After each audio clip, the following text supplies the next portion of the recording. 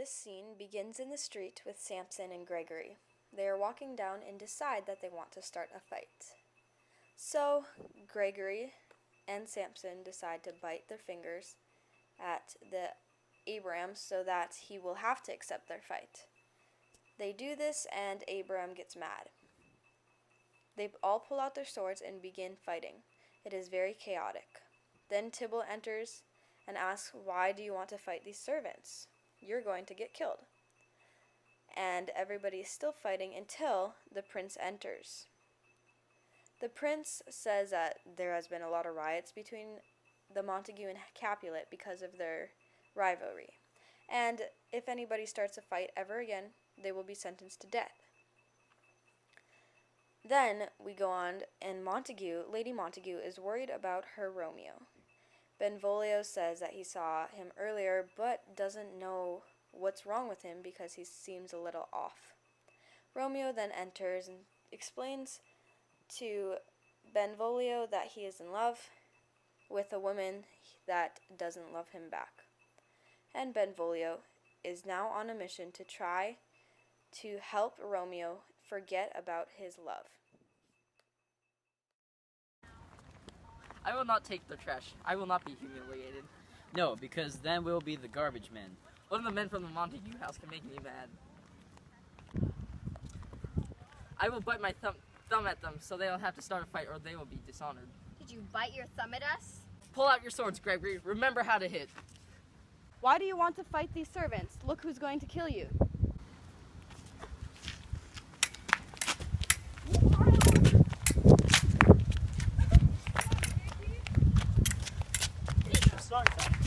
So, go. Oh, oh my God. Okay, under. Keep going. You guys can't talk. Okay. It's getting close to my face. Oh!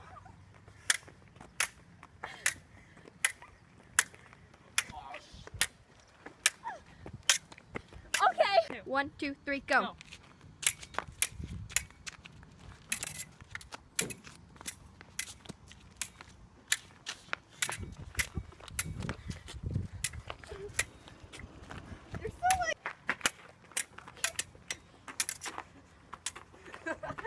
See, it's terrifying. It's scary, yeah?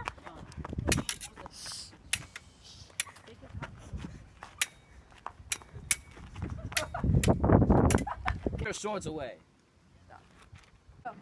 Give me my sword! Capulet, you evil man! There have been 3 riots in the city because of Montague and Capulet. The next people to cause a riot will be sentenced to death. Where's Romeo? At least he wasn't here for the fight. I was taking an early morning walk. Then I saw him walking by himself. I started towards him, but he saw me and ran off into the woods. He's probably tired of his own company. He has been walking by himself lately. Also, as soon as the sun comes up, he comes home and escapes the daylight. I wonder what's wrong. Allow me to figure out what's wrong. Look, there he is now. Step aside. Good morning, Romeo. Is it still morning? Oh, how slow hours go by when you're sad. What makes you so sad? I love someone, but they don't love me back. Who do you love? The most beautiful woman in the world. Try to forget about her. Teach me to forget. Look at another beautiful woman. It won't work. I'll teach you how to forget, or I'll die owing you the lesson on how to forget. This scene starts off with Paris trying to get Capulet to let him marry his daughter. Capulet says that you can marry my daughter, but I'm not going to make her marry you. If she loves you, then I will give her her blessing. And then Capulet invites him to the party that he is hosting later that night. The servant enters and takes the guest list. Unfortunately, the servant cannot read. The servant has to find somebody in the street who can help him read the guest list. He sees Benvolio and Romeo and immediately goes to them. He then invites them to the party for helping them. But the only problem is that Romeo and Benvolio are Montagues. And it's not a party for Montagues, it's a party for the Capulets. But anyway, Romeo and Benvolio then eventually decide that they will go. Romeo only decides this because Rosaline will be there. Montague made a promise. If he breaks it, the consequences will be very harsh. It shouldn't be that hard for us old men to keep it. It's a bummer that you guys are enemies, but what about my request? I told you already, my daughter's too young to get married. Let's hold off for a few more summers. The younger she is when she marries, the happier they are.